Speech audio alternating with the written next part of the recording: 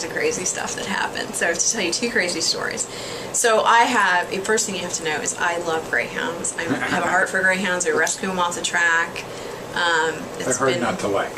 Yeah, so we had rescued some. So some greyhounds came in and they were in a lot of trouble. And Saturday morning was the day that my husband was like, I'm taking a break. I'm not going. Okay, I told you he'd come help for a while. That was Tuesday. Yeah, he never left. And he said, I'm taking a break. I'm staying home. And, organizing stuff around the house. We still had no electricity. And I called him at 10, teary-eyed, saying, we just had 2 greyhounds come that are in a lot of trouble. And these vets are so busy. And by that time, we had vets coming in and volunteering and all this stuff. And I said, these vets are so busy. I need somebody who will come and sit with these dogs. They don't thermoregulate well. These dogs, the temperatures, one of them had a temperature of 107.3, which is the highest temperature ever recorded by the vets, LSU vet school, in a dog. And normal is 100. And the other one was like at 105. And they were sure these dogs were going to have brain damage. So he's like, all right. So he came and he sat with the dogs, and we honestly thought they were going to die. Well, no, they ended up at my house. And they stayed for like 2 years. And they lived out the rest of their life at my house. So that was, they were not, they were owned, but their owner could no longer care for them and had to give them up. And so they just never left. I fostered them, and they just never, I was the foster mom for the rest of their lives. So that same day, in the middle of all this craziness, this luxury bus drives up to the back of the livestock show arena.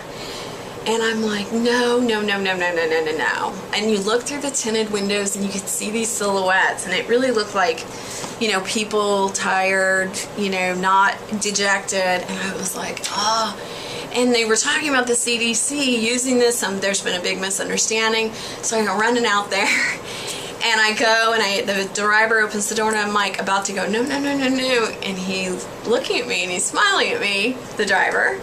And I look in the bus, and it's all these extremely large breeds of dog, and they're all sitting in the seats. Not a sound. And I said, well, hello, this has been an interesting ride. He's like, it's been the best ride quietest bus ride I've ever had. And in the back was a pretty blonde lady who was a vet assistant or a vet tech. And we brought those dogs off, those big dogs off, 2 at a time. They all had little, leashes and everything. She brought them off, and they were like, doop, doop, doop, wagging their tails. They were just sitting in the seats waiting. Okay, what's going to happen next? And it was like, oh my gosh. And then I just saw the problem, like, what am I going to do with 50 big dogs, So we put them in where the goats and the pigs go in the livestock show, outside the livestock show arena in this covered area.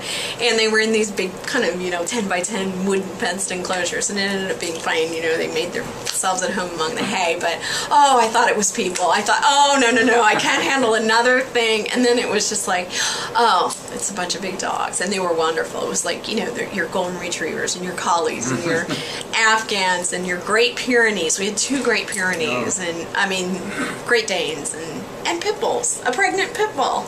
That was interesting. So that's great. I think that's a great story to end on.